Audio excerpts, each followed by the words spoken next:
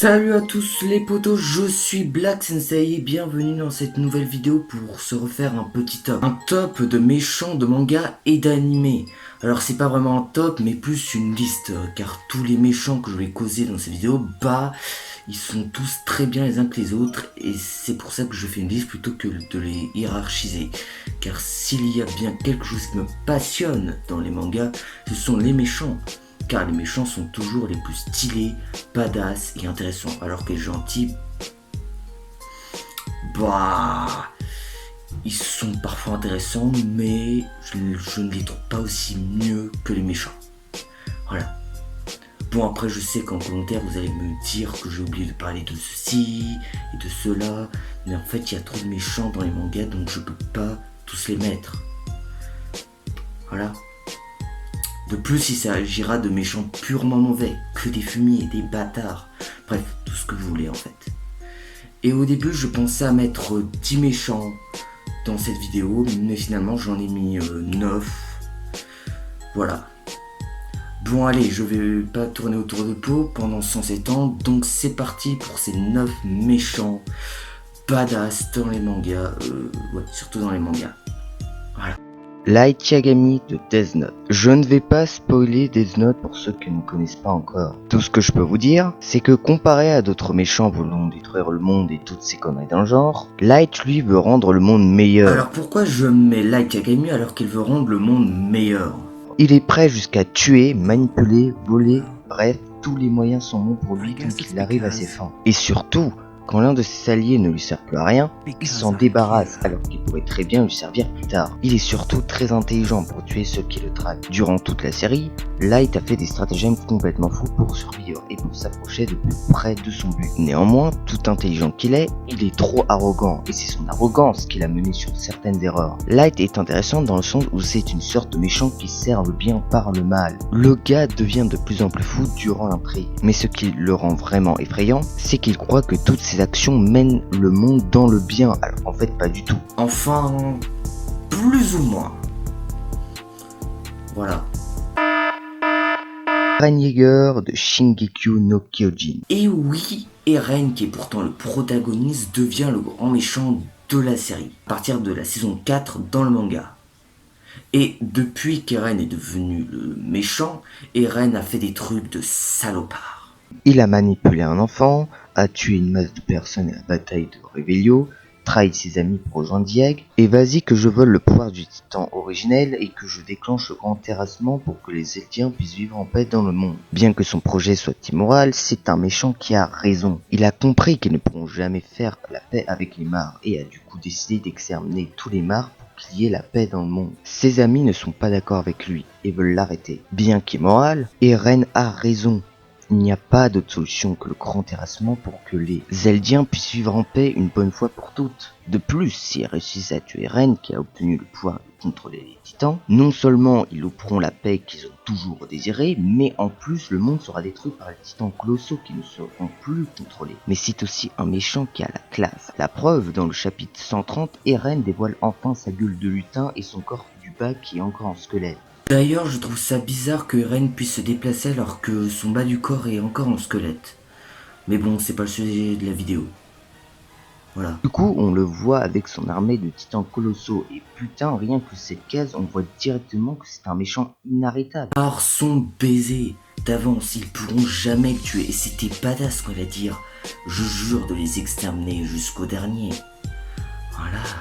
Orochimaru de Naruto. Alors beaucoup quand ils parlent de méchants de Naruto, ils mettront sûrement Uchiha, Madara ou encore Pain d'épices. Pourtant, comparé à Madara et Pain d'épices qui veulent arrêter les souffrances et les guerres dans le monde, Orochimaru, lui, est très différent. Son but n'est pas arrêter les guerres et toutes ces conneries comme Madara ou Pain d'épices. Non, Orochimaru ne pense qu'à sa petite personne. Son but, juste posséder tous les jutsu au monde et devenir immortel. Et pour atteindre ce but, il triche, il tue, il manipule, bref, il fait tout ça pour sa propre gueule. De plus, beaucoup de méchants ont des arguments pour justifier leurs actes, comme Thanos le Chauve dans Avengers qui voulait détruire la moitié de la population de l'univers pour restaurer l'équilibre.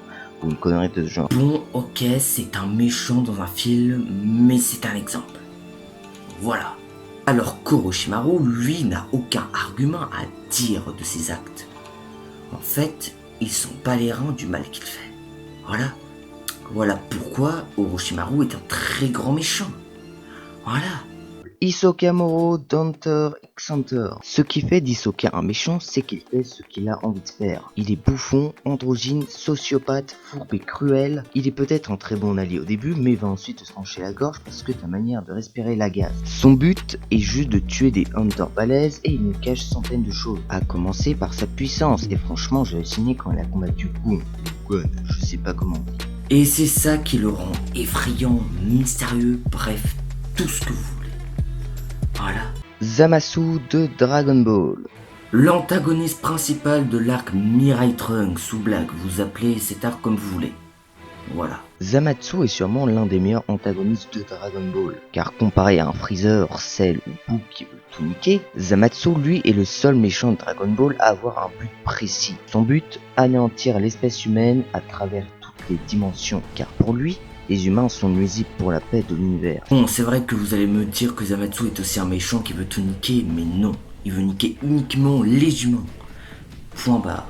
C'est donc devenu un salopard cruel qui est prêt à tout pour atteindre son but. Ce salopard aurait tué tous les Kaioshin dans une autre dimension, donc en plus d'avoir tué les Kaioshin, c'est un peu comme s'il avait aussi tué tous les dieux. Il aurait dans cette dimension pris l'anneau du temps, allé dans une autre dimension pour prendre le corps de Goku grâce au Super Dragon Ball, et Tu dois savoir tout ça. Zamasu, enfin les Zamasu, sont badass car ils ont obligé Goku et Vegeta de fuir au monde 2 fois, et ça c'est fort. Voilà. Il a surtout une puissance de malade, couplée à un design hyper stylé. De plus, sans le bouton pour faire apparaître Zeno qu'avec Goku, Zamasu aurait été le grand vainqueur. À moins qu'il se serait fait tuer par Beerus ou un autre Agashin. Mais ça, on n'en sait rien. Voilà. All for One de My Hero Academia, ou Boku no Hero Academia. Le très charismatique All for One. Il fallait que je parle de lui. Voilà. Il est le maître absolu du mal et aussi celui qui a gravement blessé All Might. Il est pourtant le numéro 1 des super-héros. Et ça, c'est pas rien. Voilà. En même temps, il possède un pouvoir hyper cheaté de voler les altères et même de les donner, et ça c'est fort. Voilà, kiffe être un salopard cruel. Son principal objectif est de faire de Tomura son successeur. Il avait déjà tout anticipé depuis le début, même sa défaite contre All Might, il avait tout anticipé dans son plan pour que Tomura devienne le nouveau maître du mal. Avant qu'il ne se refasse attraper, il foutait les jetons à tout le monde. Même Shoto, qui est quand même balèze, s'est chié dessus. Seul All Might pouvait rivaliser. Il est surtout un antagoniste très important de la série, car s'il n'avait pas donné le One for All à All Might... Enfin, je sais plus trop si c'est comme ça qu'il a eu son One for All, mais on s'en balèque. Voilà. Il n'y aurait jamais eu l'histoire de Deku, donc sans All for One, Deku n'aurait jamais pu être un super-héros. Voilà. En gros, All for One est un méchant important pour la série. Voilà. L'être de la fiole de Full Metal Alchemist. Alors lui, c'est un type de méchant style Orochimaru, pas le design, mais psychologiquement, mais bien pire. Voilà. Tout comme Orochimaru, c'est un salopard cruel manipulateur qui ne pense qu'à lui. C'est aussi un savant fou, il a créé les homonculus, et son principal objectif est de sacrifier tout un royaume pour que Dieu descende du ciel, pour qu'il puisse ainsi le contenir dans son corps pour ainsi un corps quasi invincible. En termes de victimes, il surpasse largement le nombre de victimes qu'a fait Light Yagami de Death Note, car si je ne dis pas de conneries, il a dû sacrifier 50 millions d'âmes pour réussir son coup. Il représente très bien l'idée du mal. Mais son objectif n'était pas que d'avoir aussi un corps presque invincible. Non, il voulait aussi tout savoir du monde en absorbant Dieu. Ce n'est pas le genre de méchant qui veut détruire le monde sans raison, tout ça.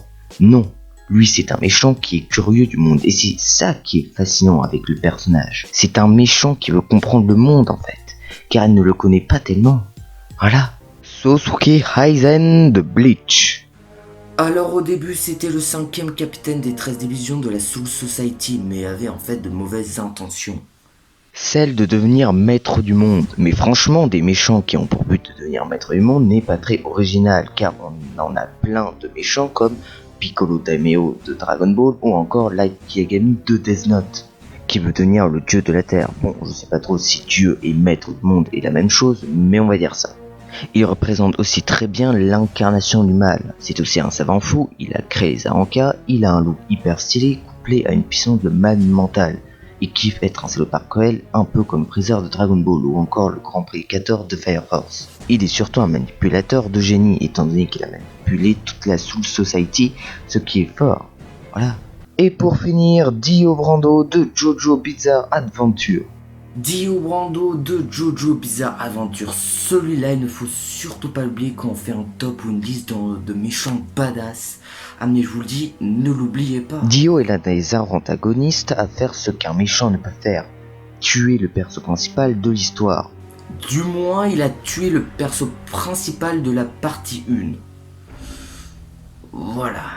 Dio est génial car c'est un méchant style Aizen Orochimaru, car tout comme Aizen, il veut devenir maître du monde et tout comme Orochimaru, c'est un fumier qui ne pense qu'à sa gueule. Il est à son stand hyper cheaté du nom de ce... Et Jotaro va grave en chier face à lui. Voilà. Et même encore mort, il continue de faire trembler les fans de manga à travers le monde et l'univers. Voilà. Enfin, je pense. Voilà. Alors, mention spéciale pour Meloem d'Hunter x Hunter. Alors, si je l'ai pas mis dans cette liste, c'est tout simplement parce que je n'ai pas regardé tout l'animé d'Hunter x Hunter ou Hunter x Hunter, vous faites comme vous voulez. Parce qu'en fait, si je l'ai pas mis, c'est tout simplement parce que j'ai plus ou moins peu d'infos sur lui. Enfin, j'ai des infos sur lui grâce aux vidéos YouTube. Mais comme je connais que peu le méchant, bah je l'ai pas mis dans cette liste. Mais j'ai découvert quand même qu'il était très intéressant. En tout cas, dans les vidéos YouTube. Voilà. Et c'est donc terminé. Voilà pour moi les méchants que je trouve badass. Bien sûr, ce n'est que ma préférence. Vous pouvez toujours me balancer votre liste de 9 méchants badass en commentaire. Voilà. Alors, pour ceux qui ont regardé le numéro 1 de Fire Forceology, vous devez savoir que j'avais dit que la prochaine vidéo sera consacrée à la review de l'épisode 2 de la saison 2 de Fire Force. Mais je merde de remarquer que faire des vidéos de Fire Force pendant 2 voire 3 mois, un truc dans le genre, serait un peu ennuyeux. Donc je ferai des reviews des nouveaux épisodes de Fire Force saison 2 qui sortiront très prochainement si j'en ai envie. Voilà. Sinon, je dois juste dire un truc sur l'épisode 2 de la saison 2, c'est que c'était un très très bon épisode. Voilà. Sinon, mets ton like, abonne-toi à la chaîne, ça fait plaisir. Voilà. Allez, salut!